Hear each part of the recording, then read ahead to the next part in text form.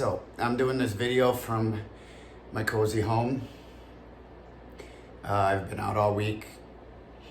I got some horrible virus, so I'm in blankies to try to stay warm. As my teeth are chattering a little bit. So this YouTube is going to be based off of how I get ready how I get my students ready for competition and what you should do to get ready for competition. People have been asking me that for a while, since I've been competing since I was a white belt. It's crazy to think about, but I've been competing for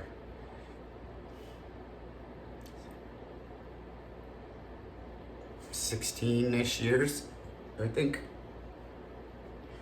And time flies. I still remember my first tournament as a white belt. I got demoralized. I lost by a triangle. I think I lost by 2 triangles. 1 no-gi, 1 gi. And after that, I was so upset. I just was, I did really, really well.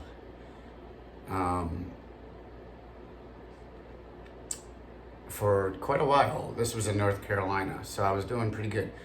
But they took my first one to realize that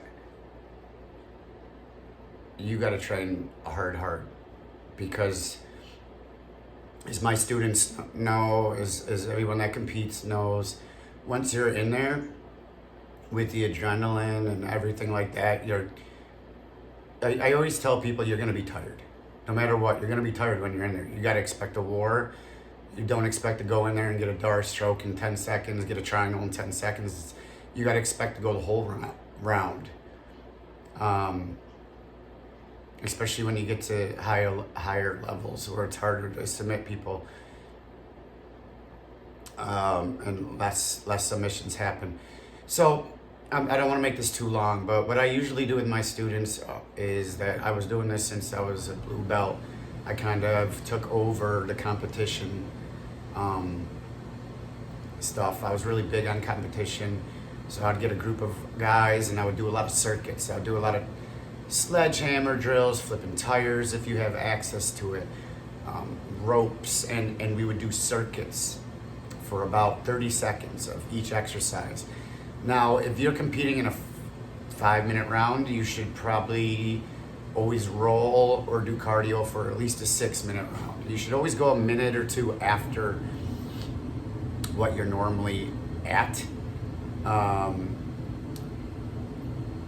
Meaning, if you're in a 5-minute round for a lot of masters, and you train a lot of 10-minute rounds, like there's a lot of time in those 10-minute rounds where you could stall. Now, is it going to help your cardio? A 10-minute round sucks. But at the same time, a 5-minute round's a sprint. So you have to understand the difference. So what I tend to do is I also try to throw a fresh guy on them if they're doing, say they have an MMA fight, right? For this is what happened with me. So MMA fight, amateur, would be 3-minute rounds. I always train for 5-minute rounds. My coaches always made me do 5-minute rounds. And it makes sense, because why am I going to train for just a 3-minute round? I want to have more cardio at the end. And that was my mentality, and that's what I do to my students. And I'll bump up to the 10-minute rounds here and there, especially since I have blue belt adults, purple belt adults, hopefully soon to be brown belt adults. I mean, we're talking, 8-minute rounds, 7 for purple, 8 for brown, 6 for blue, so what I have on the clock is always 6-minute rounds. That's just the basic. And then having that fresh guy on, you just get that muscle, getting that strength, and that fresh person on you just pushes you to your limits, because you have to train to exhaustion. You can't, I don't believe you got to do it every day. Your body can't handle it. I know some people don't believe in overtraining. Like a lot of the old school guys, I know few old school boxers, they never talked about overtraining. They said it's a myth, but I don't believe it's a myth. I've been overtrained. You know, there's a lot of drugs on the market and stuff like that could make you train longer, and that's why you see a lot of guys that look like me that are popping for steroids, is because they're using it for recovery. They're not trying to get bigger. They're not using it as bodybuilder purposes. They're using it to for recovery, to train longer. So it's all about the mat time. If I'm able to train 10 hours a day and you're training 2 hours a day, well, and we're the same skill level, I'm probably gonna beat you a lot of the times out of our matches. So it's very important to kind of go in there in the roles, and it depends. You don't want to win every role. That's not what you do to get better. If you have your mind to win every role, you're not going to get better. You go in there for different situations. Now, if I get thrown in there and I'm going against some black belts, well, now that my training partners, that's a different story. Me and my training partners are friends, but we're trying to, kill each other. We're pushing each other to death because we know what it's going to take when we're out there on the mats. And a lot of times, especially the past two tournaments, where, I don't know why I didn't dig deep with 9 seconds left. I ended up losing first, and then 2 weeks after that, I gave up a sweep with about a minute left, I think, and then a minute and a half, and I don't even know if it was that long. But anyway, the point is, I needed to push on those last rounds, like the first rounds, second rounds. That's, whatever you're gonna be tired, but then it's the rounds after that, especially at the Pans, at the Worlds, at all those stuff. When you have 30, 40 people brackets for a lot of the adults, you gotta be ready for 6 matches. That's why super fights, there's so much new, like, oh, super fights are so awesome, blah, blah, blah. They're not. I mean, they're cool, but it's one match. If you want one match, you could sign up in Masters and be a tough weight class, and you'll probably get one match. But we're old. We deserve to not do too many matches. But like, if you win a super fight, that's awesome. That's not taking anything away from that. But if you win, I know I've said this many times, but if you win a 6 matches, 5 matches, 4 matches, come on. I mean, you can't, that's incredible. So I try to put that in my students' minds of, be ready to train hard. Know that you're gonna be tired as shit when you go in there. But you can't think that, oh my goodness, I didn't train hard enough, I'm not tired. No, your body will push. But that's my job, to get you ready when you're at the school. Now, on your own is when you gotta add. Now, if you're training 6 days a week rolling, you might only have to add a few days of cardio if you want to. The older you get, obviously you don't want to be overtraining too much. You can't be doing too much of that if you're rolling 6 days a week. That's a lot. But for adults, I mean, if you're in your 20s, you really, you can basically train six days a week with a day off. Sometimes half of the times 2 days, 2-a-days. Your body could take a lot in your 20s, for God's sake, especially if you're younger and competing, or just training when you're like 12, 10, 14. I mean, your body, it's just going to be, you're used to it. I think when I was competing in baseball, it's not the same thing, not nearly at all, but I think a lot of it went into it because I was used to competition a little bit. So by the time I hit 26, I was at my first jiu-jitsu tournament.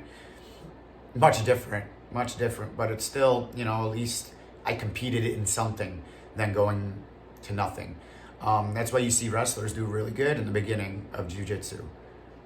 They have more mat time than most jiu-jitsu people.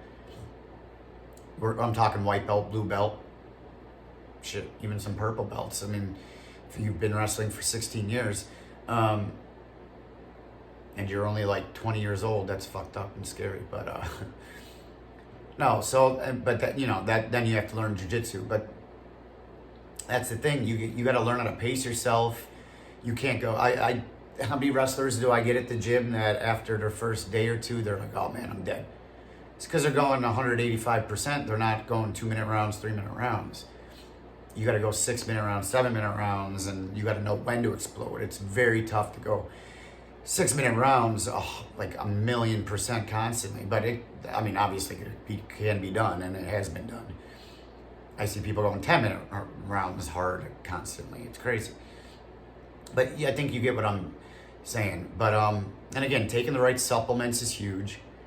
Protein after you work out. Take supplements before you compete.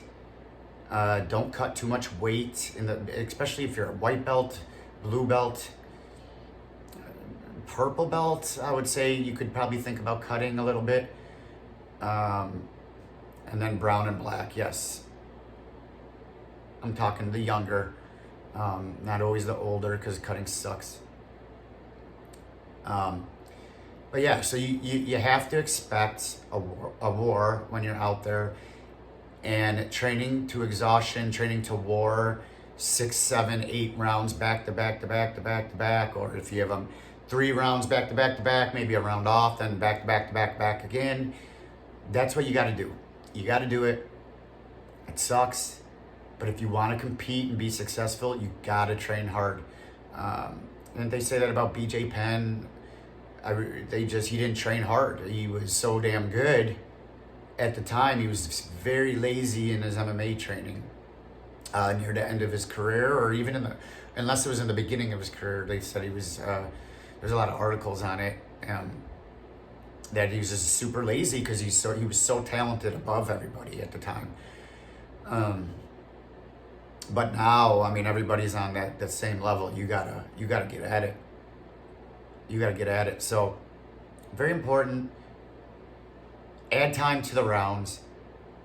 Get a Shark Tank. Get a meeting. Get a fresh guy on you every minute, every 2 minutes, even halfway through the round. You know, that's the way you're gonna be ready to take over the world in jiu-jitsu or any combat sport. So give it a try. Drop a comment underneath. I know it's not a technique video, but I've been getting asked this question a lot, to talk about what to expect when you're competing a lot, or what I'm looking for, how I get people ready to compete. And again, I could only get you ready to compete if you're there when you're there. I can't get you ready to compete when you're at home drinking beers or eating Doritos and stuff like that. You know, or you gotta do all that stuff on your own. But yeah, drop me a line underneath the comments. Tell me what you guys want to see. Follow my sponsors, Top Mount, Defense Soap. You could get some cool stuff. Grip slings, you could get right on the description as well. So give those a try.